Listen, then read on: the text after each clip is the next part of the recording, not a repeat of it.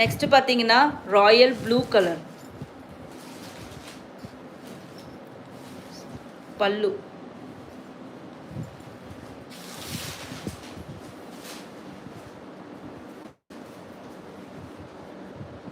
So இப்போ உங்களுக்கு நல்ல கிளியரான எக்ஸாக்ட் கலர் வருது உங்களுக்கு.